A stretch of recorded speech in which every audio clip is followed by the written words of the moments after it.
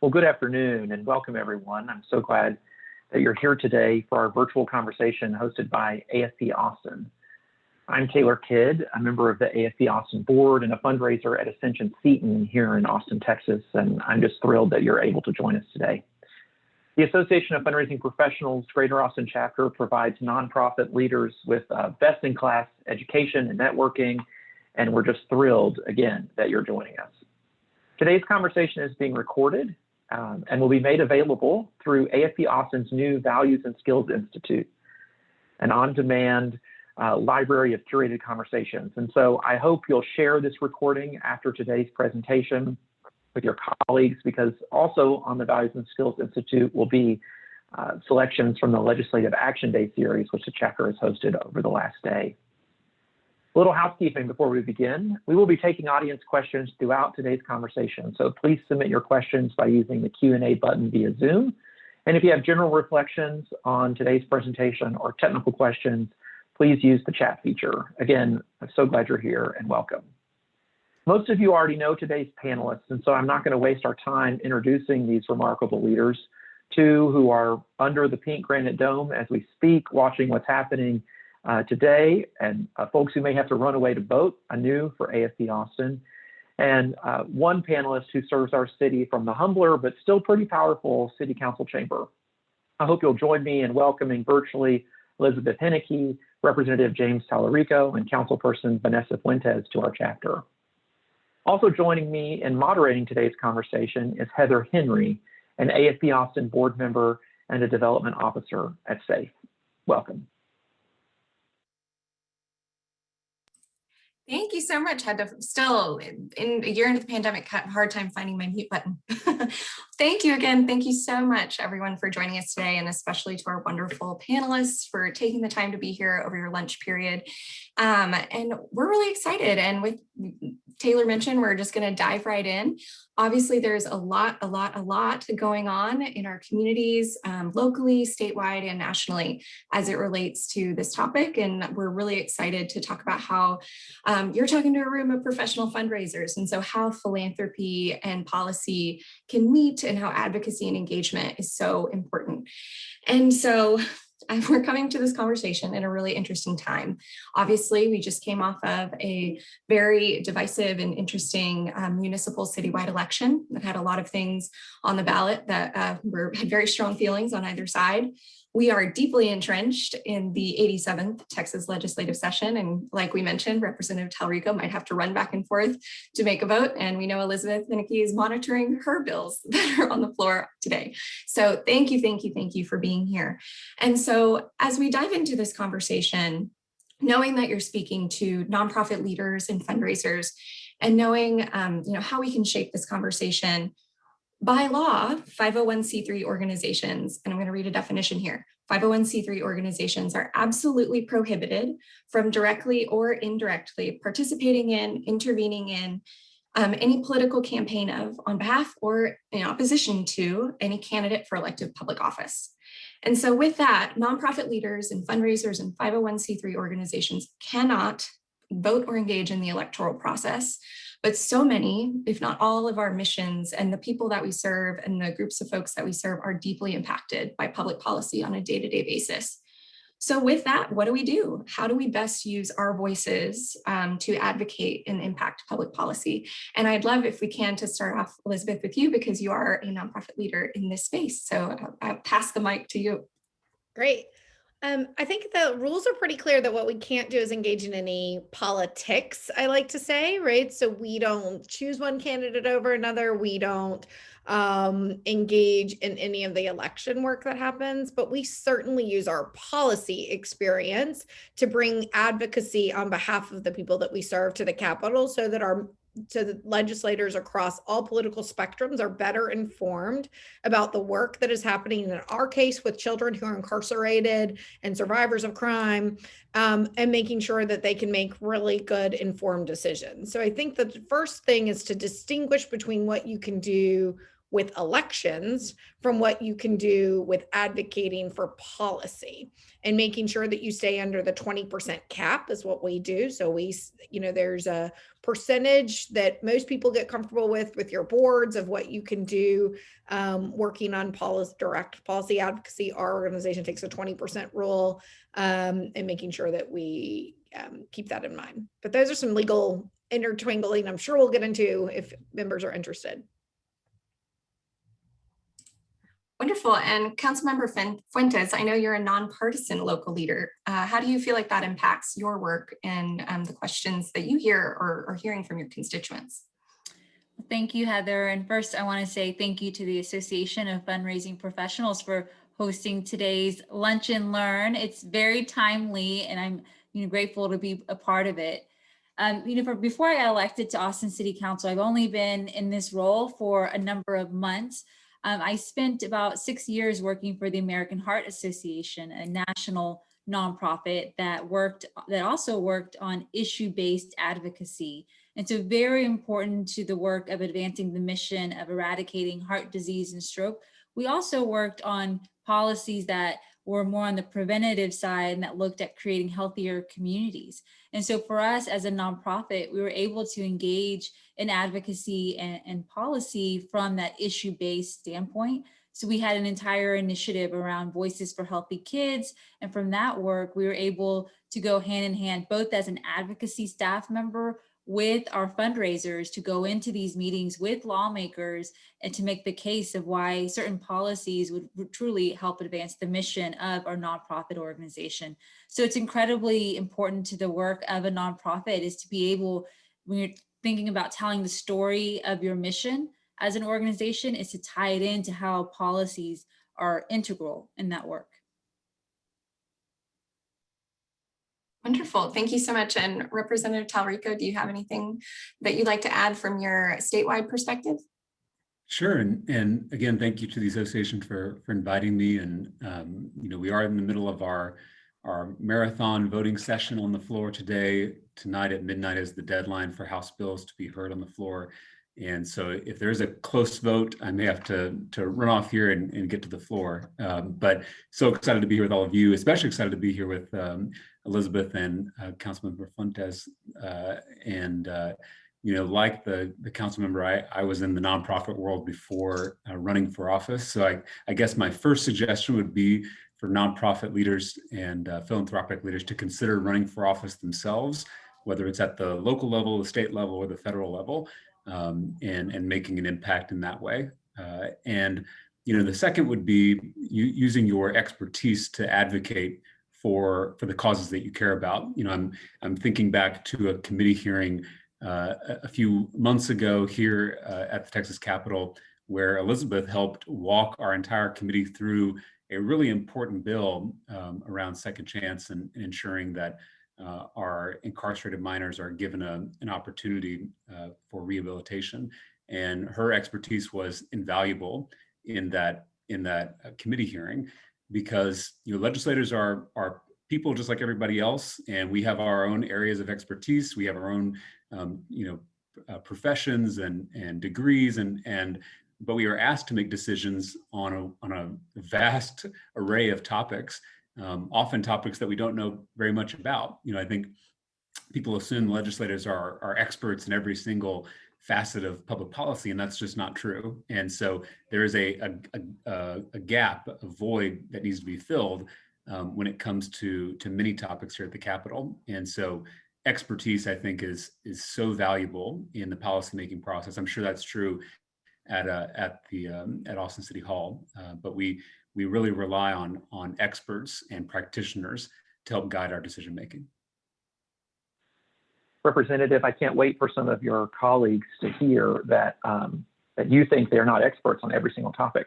But I think that's a great item to point out for us, and we appreciate your humility. I want to dig in a little deeper on advocacy and the different avenues in which folks are able to express their voices. And we'll start with you again, Representative. We've seen you this session on both sides of the witness table, both on the dais listening to testimony and providing it yourself.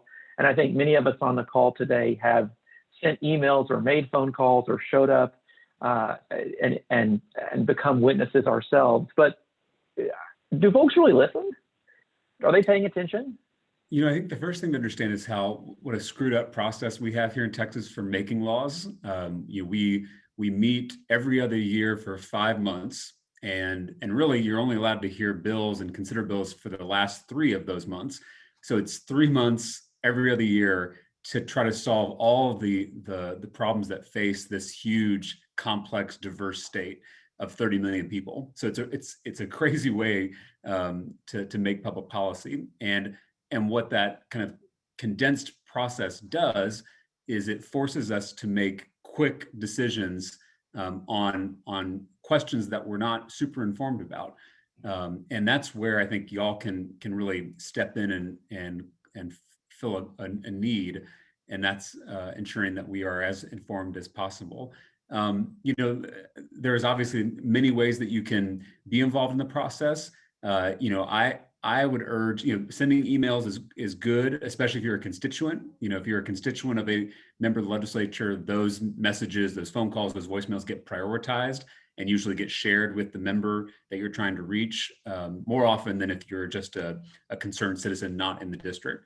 But if you are a subject matter expert, you know, there are 2 ways. One is trying to work during the interim, which is the time between legislative sessions. You know, that's really a much calmer time when you can possibly get a meeting with the member themselves to sit down and walk through an issue. Too many nonprofits, too many policy wonks wait until the legislative session starts. And they especially wait until kind of the last minute when bills are in committee or on the floor, and you've lost the battle if you're waiting that late in the game to start. So I would focus on the interim when you can really have a chance to sit down with the member or sit down with staff. I've experienced you know, among advocates a hesitancy to work with staff because they feel like they're getting pushed off.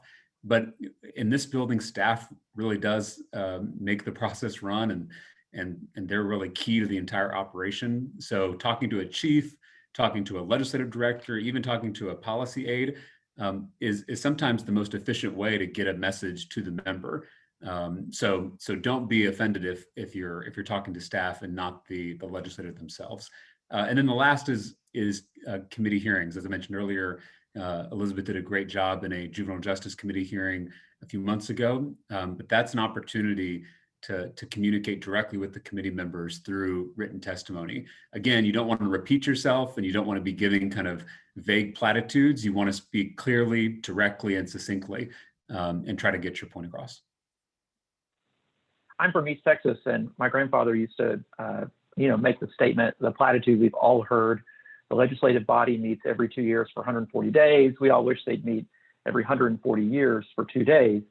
But Councilwoman Fuentes, you're in a deliberative body that has a meeting, it seems like, every single week. That the deliberative process can be long and short. Can you contrast what the representative just offered about offering testimony here at the local level? I mean, I think the representative hit the nail on the head. Every single point that he made is applicable to the local level. And for me, some of the things that I look for is that personal story, learning what is the experience of the individual. That is the greatest impact that an advocate can have, is really making it personal. And as someone who is at the local level and is working with my community, even those emails make such a big difference. And we, in a way, are more accessible because you probably see us in your grocery store or in the park. And so anytime that you are around a policymaker or a decision maker, for that matter, certainly you take advantage of it and use that time to talk about issues that are important to you. But certainly, any way that you can engage to make your voice heard, whether via email, whether through a phone call, a meeting, or through testimony, those are all effective ways in getting your message across. Elizabeth, I think at the Lone Star Justice Alliance, you know a thing or two about emotional storytelling to get folks on your side. Can you tell us about a time where you've employed Vanessa and James's tactic of telling an emotional story to get someone on board? Yeah, I think it's so important for anyone who's in a decision-making authority to hear directly from the people that we serve. So we, if at all possible, allow an opportunity by informing those that we serve about pending hearings, and then helping them to get comfortable by practicing telling their story. It's a very intimidating thing to get in front of 9 legislative members and tell a very personal, intimate, emotional story. And then lastly, getting out of their way. People, as has been mentioned several times, this is 3 months every 2 years in which the most important things about your life are going to get decided.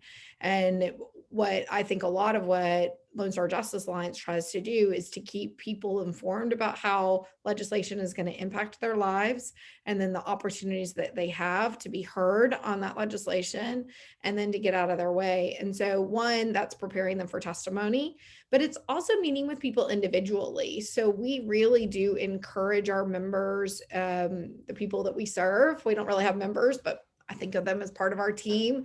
The families of incarcerated children, survivors of human trafficking, to come forward and tell their stories one-on-one with members, with staff who are having to make these weighty decisions about their lives. And so we've done that, I think, pretty effectively. And really, the biggest advice I have for nonprofit leaders is to really make sure that individuals understand what the process looks like. They understand the role that they're going to play in the process, and then really advising people to stay focused on the issue that you're currently discussing with the member, because members are so busy that if we can keep it focused to the narrow issue before them in that moment, it allows them greater access to ask questions and greater opportunities to understand the issue. I don't know if that's helpful. Oh, absolutely. Thank you all so much for offering that insight. I know something that all of us, just as private citizens, separate from our potential roles in our organizations or what we do in our day jobs, can sometimes feel it can be defeating often to feel like you're in a landscape, which is what we're in now, a very divisive, often things are very controversial. We're either all the way one way or all the way the other, and there's often no feeling of a middle ground. And so even as private citizens, hearing all of those different opportunities that we can engage in this political process is wonderful insight. So thank you.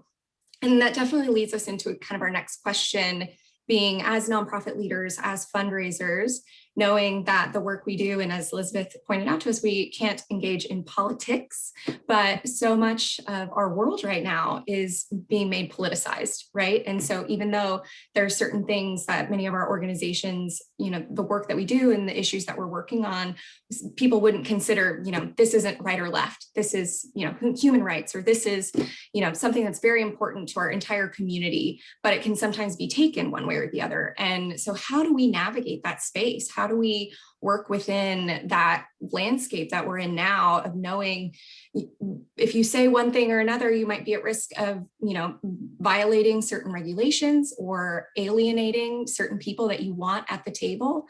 So very curious to hear from each of you what you think about the world we're operating in right now. I'll jump in on that one, because I think, we've tried very intentionally to meet representatives, to meet all of our stakeholders where they're at as human beings, and to lead with the heart and the policy knowledge that really guides our own work, and assume that others are acting in that way too. And so I'll give you 3 tips. Here are my 3 tips. 1, be prepared. So know your numbers, know your issue, have thought about both sides of the issue, and be prepared to discuss both sides. 2 is to act with credibility and authenticity always.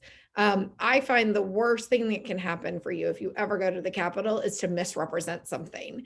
You will lose your credibility and no one will ever listen to you again. So it is better to be honest about maybe the challenges with your policy and to just lay it out and have a response than it is to try to hide challenges. And so being honest and forthright in everything always is key to having success at the Capitol. And then the third thing is never make assumptions about who you're talking to. I have found that people come to the work in so many different walks of life. And so, second look at the bill, the Representative Talarico has mentioned, we had a super majority on the House vote, including the majority of Republicans voted in favor of this piece of legislation. And I think it was because a lot of people were able to come to it from their own lived experience as foster parents, as homeschool parents, as people who had known people who are incarcerated, who had overcome intense challenges. And so we try never to make assumptions about who we're walking in to talk to, and to really try to meet people where they're at and to understand their own desires to see the world in a better place and how we might be able to become aligned. Yeah, absolutely. I want to print up your 3 tips and stick them on my refrigerator. I think that there's certainly an opportunity there, and that's really incredibly insightful. So thank you, Elizabeth. Very curious, Councilmember Fuentes, if you have anything to add on to what Elizabeth just shared, or if you have any other perspective from the local level, being a nonpartisan leader, how we navigate this space right now. Yeah, I mean, I think, there is a distinction between lobbying and advocacy, right? And so it's important that our nonprofit leaders get comfortable with the two differences, because you are able to speak to the mission that you're serving in a way that how that potential policy or legislation could be affected, right? And so you, as a nonprofit leader, you bring in a unique expertise, and you know exactly how the policy that's being considered or that is proposed, how that would affect the work that you do. And so just being able to share what your experience is like, is a form of advocacy, and that's something that I hope everyone gets really comfortable with, because, as the representative said earlier, we're, as a policymaker, we're looking at the experts and practitioners and want to know, okay, how will this legislation change things? And so we need to hear from more nonprofit leaders. Nonprofit leaders need to be involved in the legislative process. And so just know that there's value in that. And certainly there's a lot of room in the advocacy space for storytelling and sharing. Absolutely. And I know it's high on all of our minds in the nonprofit sector, is just how can we get in front of our decision makers when we cannot, engage in the process of getting these folks elected, but then we are at the will of the decisions that they're making. And so it can be a real challenge for many of us, and really appreciate that perspective. I'll go to Representative Talarico. I know you're right in the middle of a lot of this that we're talking about now. In fact, I know many of us saw Evan Smith at the Texas Tribune recently tweeted, this is by far, and I'm paraphrasing, but by far the most conservative session that we have potentially ever seen in recent history. So knowing that, and knowing just how divisive our politics are right now, how can we best engage, and how can voices be heard, especially for folks in marginalized communities, or folks who these policies really deeply impact at a day-to-day level? What's your perspective there?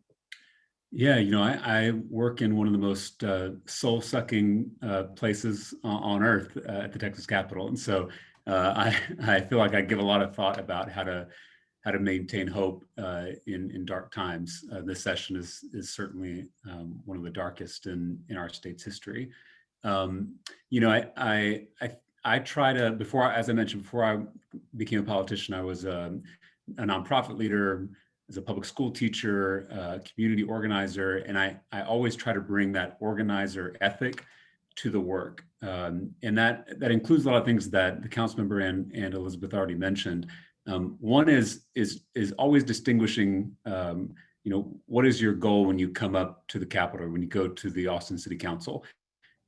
Is your goal to make a point, or is it to make change?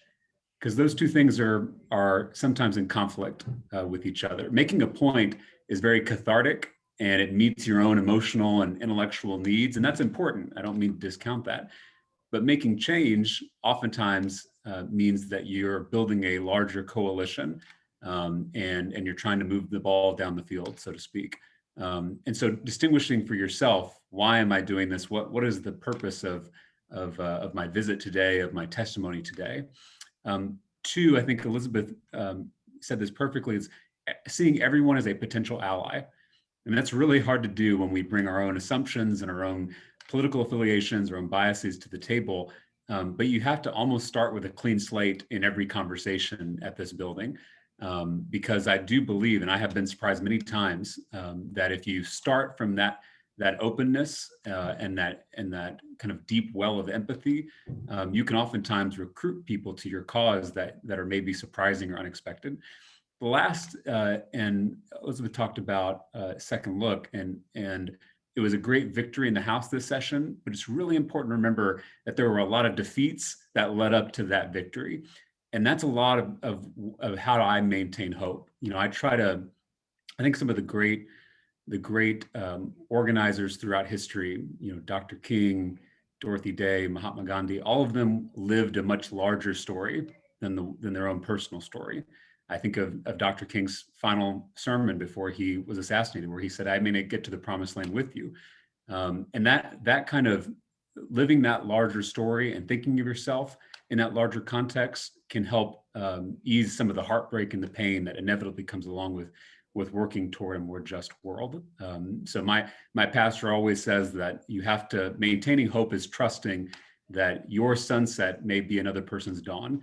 And I think the work we saw with Second Look and so many other victories this session was because activists and organizers and advocates maintained that sense of hope, and they lived in that larger story.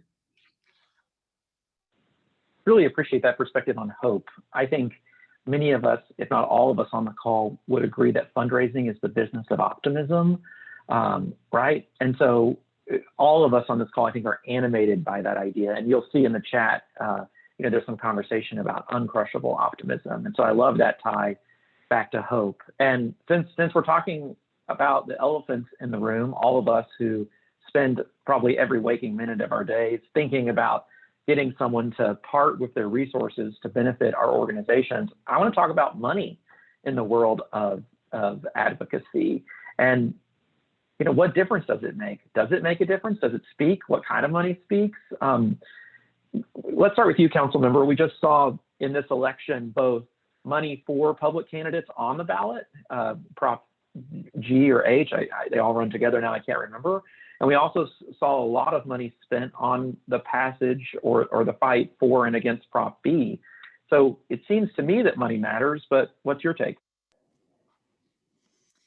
Yeah, I mean, certainly money is significant in that it can influence the outcome of the election. It can get a certain message across. It certainly has an outsized role. But I can share with you, as someone who was a candidate on the ballot recently, that in my race I was out fundraised 3-1, and the dollars that I raised were grassroots dollars. They came from the community that elected me. They were small dollar contributions. And ultimately, money wasn't the factor in my race, because we were building a movement. We were, motivating my community around our message. And so I think if you, there are two things. Money, yes, is very helpful in getting a message across in all the different mediums, and especially and when you're talking about politics and running policy campaigns. But know that the work that you do in bringing voices to the Capitol and bringing voices to City Hall and driving in support from your supporters and members of the organizations that you work in, that also counts too, and that's very valuable. In some of the work that I did at the American Heart Association, we would look up how many votes did this legislator win their last race by, because sometimes lawmakers win their race by a handful of votes. Maybe it's 5, 10, couple hundred.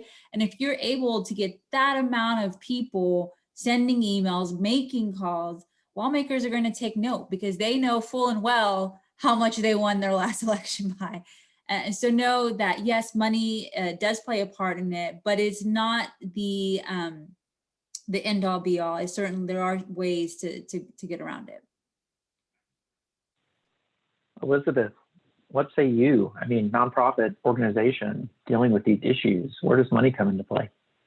It's so funny. Somebody asked me the other day, can you imagine what you could do if you had $20 million to influence politics behind you? And I said, no, I won't imagine that. That's such a far off question. But I think it does highlight, I love Councilperson Fuentes' thought. And I think she is the epitome of somebody who has been able to bring a grassroots campaign and bring it to life. I do think it is extraordinarily challenging at the Capitol to succeed in broad-based support unless you are able to bring into your coalition people who are able to influence. We as a nonprofit have very much sought allies who are involved in influencing political conversations, and those allies have joined our mission because the policy speaks to them. And those are the same allies that also donate to our organization. Those are the same folks. And so, I think this is such a timely conversation with fundraising professionals, because the folks that donate to our mission and believe in our litigation strategy as much as they believe in our policy strategy are also people who are probably involved in campaigns.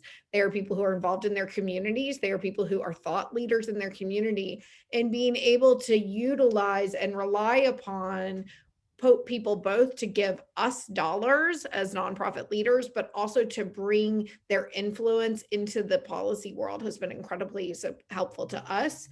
And I think it's an authentic relationship, right? Because you're recognizing that the people that donate to us are equally as involved in their communities another way, and they can use their voice as much as they can use their checkbook to influence our overall mission and to support those who we support. And so, for us, we've just kind of recognized that that is a part of the world, and we've called upon those who give us dollars to call upon those that give other people dollars too. And that's been an important part of our success, I think, in moving some of our legislation this session. And I think that it's, true, right? And I think that I think it's okay to say that people care about multiple different things, and we can try to get those nexus moments. Speaking of moving bills through this session, if my live stream on my second screen was telling me the truth, and the dark square that became the representative, it looks like, Elizabeth, you just had a bright moment on the House floor. Is that fair? But Representative Talarico, we won't let that bright moment keep you from answering our question about money in politics. I think, we're ready to hear what you have to say. Thank you for going to vote, though. We definitely appreciate it. I still have to revel in the fact, I think this is the first AFP meeting we've ever had where, policy is being made actively. So thanks for being here, and thanks for coming back, and thanks for answering our question. Of course, yeah, it's happening in real time. This obviously in any movement or any cause, money, time, and people are the three main ingredients. And if you don't have one of those, you need the other two. If you don't have a lot of money, you need a lot of time and a lot of people. If you don't have a lot of time, you need a lot of money and a lot of people. So money is critical. I obviously have been pretty outspoken in my belief that we have to get rid of the influence of big money in politics and policymaking on all fronts, on the electoral side and the legislative side. But what I am optimistic about is, with the rise of digital organizing, with the increasing prevalence of politics in our culture and it's in the ways in which it's interacting with our identities, you're seeing this increase in small dollar grassroots political donating on the electoral side, but also on the advocacy side. And I think that's a really positive development. As fundraising professionals, you all probably know more about this than I do, but I think you're seeing with some of the campaigns at the national level, I'm thinking of Senator Bernie Sanders' campaign, that they're really being fueled by small dollar grassroots donations. And I think that can be a game changer in how money how some of us who believe in people power can kind of reclaim money and its influence in the democratic process. So I'm optimistic that we're moving in the right direction. And I think the rise of grassroots donating, coupled with some better policy limitations on big money, can really move us toward a fairer and truer democracy. Absolutely. Thank you so much, Representative Talarico. And we know that I know many of us as fundraisers, we see the broad spectrum. We see the power and impact of really transformational type gifts, but then we also see our folks who are giving $5 a month, and that is their most best gift that they can give. And that's their heart speaking through where they're sending their dollars. And we see some really extraordinary stories, and just greatly appreciate all of your perspective on that topic, especially in our own community, as we're watching a very sort of interesting, almost case study develop out of the University of Texas, and watching how donor relationships are impacting the programming and the university's policies and the student body with the whole Eyes of Texas controversy that's even, getting national attention. And so this conflict that fundraisers deal with all the time about how to engage our audiences and how to respect and steward the purpose of our donors' dollars while also staying true to our mission can sometimes put some people in really uncomfortable spots. And we're trained as fundraisers to be really comfortable talking about money, and for many people it's not comfortable, but to just watch all this play out in our communities of, how do you stay true to either what you ran on in your campaign, or stay true to what your mission is, while knowing that if you say or do the wrong thing in a very politicized world, that you could risk cutting entire programs or entire, nonprofits not existing, which is a big challenge, I would say, that our profession is facing in today's time. So really appreciate your perspective there. Can I jump in on this for 1 second? Please. I want to give a call to action to all of us nonprofits to have more courage. I think that there is a time in which, it's funny, we've been quoting some of our greatest civil rights leaders of our time, so I'm going to also quote Martin Luther King, right? So I believe that right now is the fierce urgency of now, and there is such a thing as being too late. And I think nonprofit leaders have got to have courage to draw lines in the sand. And maybe you have one issue, right? So for us, we have chosen one issue, and on that issue, we speak with unflinching truth, even when it's uncomfortable, even when it causes us to lose donors, even when it causes us to lose programs. We speak out on racial equity. We talk about systems of oppression that led to criminal justice movements. And we have found that even with that North Star, we have been able to build bipartisan bridges. And I think that we need to have, as nonprofit leaders, the courage to have tough conversations, to not flinch from that, and then to be prepared to pivot if we lose dollars. But to me, losing dollars is absolutely worth recovering from, rather than losing the integrity or losing the North Star or losing the people who we serve's belief in the mission and value that we espouse. And so, please, all of us can have more courage, and we need to have more courage today than we've ever had before, and really harnessing the value and expertise and the voice and platform we have the privilege to have compared to so many who we serve. And if we cannot exercise that privilege to have the type of courage that is demanded at this moment, then I think we're failing everybody.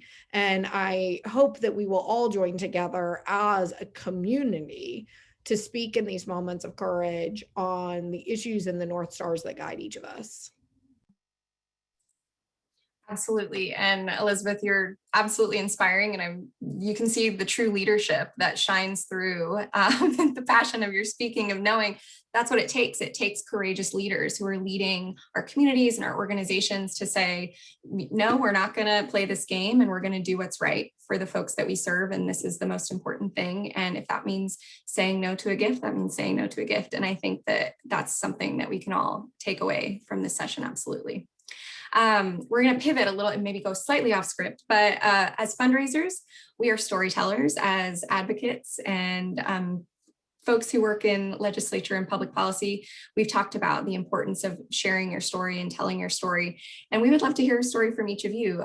What is one that could come to mind, a favorite policy success or advocacy story, whether it was in your nonprofit work for Representative Talarico or Councilmember Fuentes or Elizabeth in your work. But what's a favorite story of where you've, walked out of work that day and said, today was a great day and I want every day to be like this? And I'll pass it, if it's okay, to start with Councilmember Fuentes.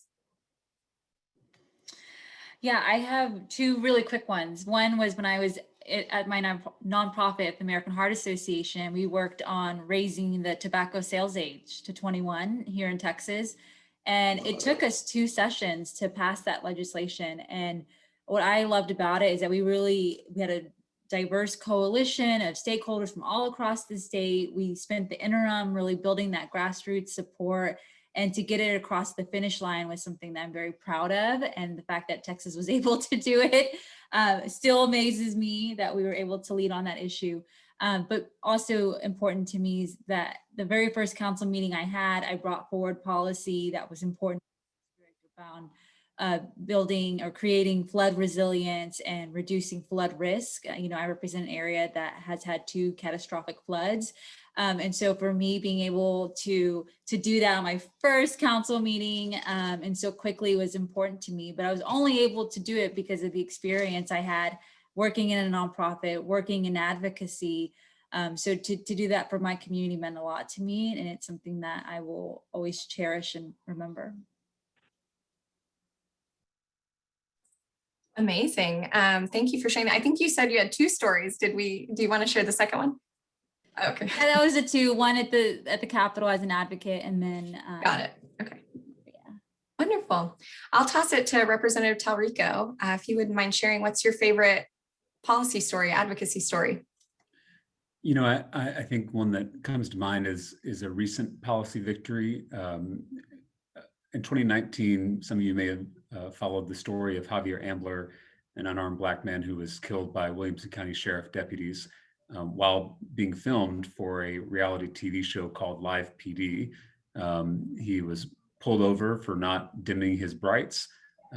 He was tased and told officers that he had a congestive heart condition, was tased again. He begged for his life. He cried out, "Please save me," and was tased for a third and final time. His family and his sister in particular came to me and asked if we could work on legislation to ban all police departments in the state of Texas from contracting with reality TV shows. There's a lot of evidence that these shows encourage these types of violent interactions. The fact that Javier was pulled over for such a minor infraction is typical when these camera crews are following officers because they're looking for action. They're looking to boost the ratings of these shows. It was going to be an uphill battle in a conservative legislature. But back to that organizer ethic, we didn't write anyone off. And after many long negotiations and difficult negotiations, we finally got the police associations, the major police associations, to sign on and support the bill, which allowed it to pass the House, and it's going to be passing the Senate in just a few days. When we passed it out of the House, we took a formal vote to name the bill Javier Ambler's Law, and that was only possible because of him and because of his family. And so that's, I think, the power of what one person's story can do to change our communities, change our state, change our country. Absolutely. Thank you so much for sharing that. And I do just want to hold a moment and honor and respect Mr. Ambler. It's often disheartening to see that often when these policies come through, it's because of a very intense tragedy and lives lost, which is not the way I think any of us would hope for that to be, or that's the process that we're all engaged in. But thank you for sharing, and thanks for your work on that bill. Truly honoring Mr. Ambler and just sending warm thoughts to his family in this moment. Elizabeth, what do you think? What's your story or your advocacy story? Well, first of all, I want to thank Representative Talarico for the work that he's done on so many reform issues at the Capitol this session. You'll never meet someone more prepared. What he hasn't told you about that hearing, in which he has been kind about his words to me, is that he came armed with research and evidence that he already knew, and was lobbing me softball questions so that I could seem more prepared than I was. So I really appreciate all the work that he does on behalf of our community. I'm going to give you a sad one, or a difficult story, because I think that it's about the story of resilience. In 2019, we brought the second look bill. I'm kind of harking on that one because it's easier to tell a narrative when you tell it more than one time. And this was a story about parole reform to children who had largely been sentenced in the 90s to die in prison. And so we were looking at more than 500 people who are going to die in prison for crimes they committed before they could vote, 1,600 people who have decade-long sentences, and around 6,500 people in our current prisons for crimes that they committed as children. So it's a very important bill to so many families. And this was our second session that we had brought this bill. It launched really early with a strong author and representative, then Speaker Pro Tem Joe Moody, still Speaker Pro Tem Joe Moody. And so we had a lot of enthusiasm. And a few weeks before the bill was the Santa Fe school shooting, in which a 17-year-old went into a school and killed dozens of people. And so what ended up happening at our hearing, which we discovered about an hour and a half before the hearing, in which we had brought families from around the state to tell the stories of their incarcerated children, was that the families, every single family member from Santa Fe, also came to testify against the bill out of concern and deep trauma from having just lost their children in a school shooting by a 17-year-old. And that hearing was still to date the proudest moment I've ever been as an advocate, because I saw parents whose children had been sent to prison for decades extend healing and understanding to parents who had just recently lost their children in shootings. And it was an incredibly emotional experience. I literally was sick to my stomach through most of it because of the pain and trauma in that room. But the amount of healing and grace extended from both sides as they wrestled against an incredibly difficult moment was something I was proud to be a part of. And I was so proud of the family members who extended such warmth and kindness to the families from Santa Fe, that the grace that was shown throughout every moment, even as the Santa Fe families were trying to keep their children incarcerated, was the epitome of what we expect from humanity. And, this session, I think we were stronger from having been through that experience. Of course, the Santa Fe school shooter was ultimately deemed incompetent and has been put into receive mental health services under the federal court system. And so the bill didn't even apply to him. And there was an exception created for those who engaged in mass shootings, so that they wouldn't be available for this bill. But the takeaway for me was, again, that meeting people with humanity and grace, even in such extraordinarily traumatic and difficult circumstances, will forever be the thing I was most proud of, was that not a single person acted out of hate or violence with even the most difficult circumstances. So I was proud of that day and proud of everyone who was in that room. Elizabeth, I mean, this idea of hope and courage and grace and optimism, I think it's an undercurrent of the advocacy work we've discussed today, policy change and general policy making. And I think for many of us who are fundraisers who have not been, myself included, as active in policy change as we ought to be, I think we see hope, grace, and courage in giving too. I think many of us have stories of families who have suffered loss or experienced great joys, who have used, a gift to process and heal and work through that. And it's, I think, very interesting to me personally to see the connection in the advocacy that is making a gift to process, as well as this public policy advocacy that you share. And Just really appreciate you sharing such a heartfelt story. And with hope and courage, you all have inspired a lot of that today. And in fact, we have a question in the Q&A that I think is connected to hope and courage, because it's about running for office. And I think at the beginning of today's conversation, you all challenged folks to step up and put themselves on the ballot and run for school board, for city council, for HOA president, I don't know, for state representative, for US Senate. And the question is really, what's your advice for someone that's coming from the nonprofit sector and running for office? What do you think? Doable? Good idea? Bad idea? Let's start with you, Representative. I know that you've still got some votes coming up, and we'd love to hear from you first. Yeah, well, I mean, you have two examples here on this panel with Councilmember Fuentes and myself, who came from the nonprofit world and ran for office. Both of us are fairly young for politicians, right, Vanessa? I think we're both still young, although this session has certainly aged me. But I have the honor of serving as the youngest member of the Texas legislature, and so I think it's really important for young people and for young nonprofit leaders to step up. So Vanessa and I are already doing it. I'm publicly pledging a donation to Elizabeth's campaign whenever she's ready to run, because we desperately need her to serve. I know she loves the work she does, but I think she'd be great as a colleague of mine, or Vanessa, whoever she wants to serve. And all of you, I think, need to seriously consider it.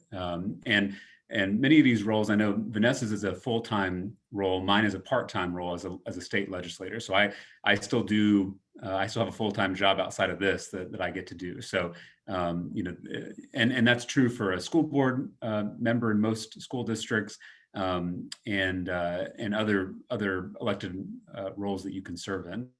But I think it's certainly possible, and I think the skills that you need to be successful in fundraising or in the nonprofit world are very transferable to politics. The ability to organize people around a common goal, the ability to persevere through challenges, the ability to inspire others to join a cause or a movement. I mean, all of that is what you need in a political campaign. And honestly, I don't know if Vanessa agrees with me, but fundraising is probably the hardest part of running for office. And all of you have a leg up on doing that. So literally you are succeeding in the hardest part of starting and maintaining a political campaign. So, but I do need to head back to the floor, but I'm going to chat my cell phone before I leave. If any of you have questions about running for office or had questions about how I did it, please text or call me. I'd love to chat with you offline about your particular circumstances and see how I can help. Representative, before you go, I just want to say how much we appreciate your time and energy today. We know there's a lot on your plate, and we're so glad you were able to join us. Thank you. Thanks for being here. Vanessa, council member, running for office, good idea? You happy you did it? Yes, absolutely. And definitely more, well, the jury's still out. I've only been in here for 5 months. Again, no, I'm just kidding. But like just what the representative said, I mean, you already know how to fundraise. And that is probably the most challenging thing about running for office. And it's actually a barrier for many to even want to run for office because I was not a self-financing candidate. All my money came directly from the community. It was all based on donations, not my own, input, my own personal wealth, because, working at a nonprofit. But I will say you have the skill set, how to tell stories, how, policies affect the mission of the organization, and your community, and you can fundraise. And so certainly, get in there and to take a chance. And we need more well-rounded individuals in policymaking roles. And there are many great programs here in Austin that help train candidates. The LBJ School just launched their campaign school for women. That's a great resource. And there are many others. And so certainly, like the representative, I'll also put my information in the chat if you want to talk about running for local office. I'm happy to chat with you. And I hope that we inspire some candidates today.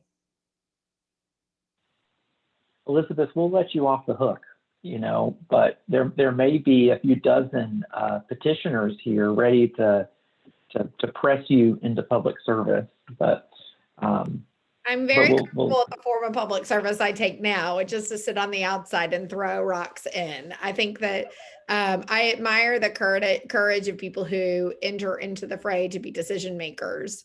And I really admire those who take up the call to do it as a full-time profession or even a part-time profession to change the lives of others in such a profound way.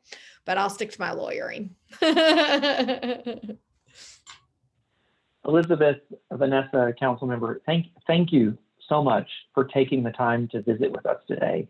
I think I feel more energized to be more vocal off of just Twitter or Instagram, you know, and really put some shoe leather down in those hallways. I so appreciate the stories you shared with us today, and I think most importantly the sense of optimism and the encouragement to find your courage to get out there and use your voice for good. And I'm sure Heather agrees with me too, and will want to add her thanks here as well. Absolutely. And I'll just say, you know, we often talk about the definition of philanthropy literally being the love of humankind. And I think that that's something that we all share, whether you're a legislator and a decision maker, a policymaker, or a fundraiser, a nonprofit leader, an advocate in your own community. I think we've talked a lot about optimism and hope. And I think something that we all need, especially as we're coming off of a year and a half of being in a pandemic and just all of the challenges that can often, I'll speak for myself, feel really exhausting to try and, you know, muddle through what you're doing in your own life and then also stay engaged with all of these issues that are happening at a day-to-day basis. I mean, we literally saw one bill be moved through this legislative process as we were here at lunch. And so it can be really easy to put it all in the back burner and fall to the wayside. But I think it's important for conversations like these to remember why we're all here. It's that love. You know, our donors give from their heart, and our community leaders do the same. So thank you so much. Thank you. That concludes today's conversation, but I will encourage our friends who are attending today, both our panelists and our attendees, to please look for the recording and share it. I think this has been a marvelous conversation. There's so much good information here that we should get out to our peers. So please stay tuned to the Values and Skills Institute to share this and many other resources. And one final thank you to Councilmember Fuentes and Elizabeth Henneke. We're just so thrilled you're here. Thanks, everybody. Have a great week. Good luck, Elizabeth, with the rest of the session. And Councilmember, we look forward to seeing you on the dais here locally. Thank you. Have a good day. Thank you all. Appreciate the invitation.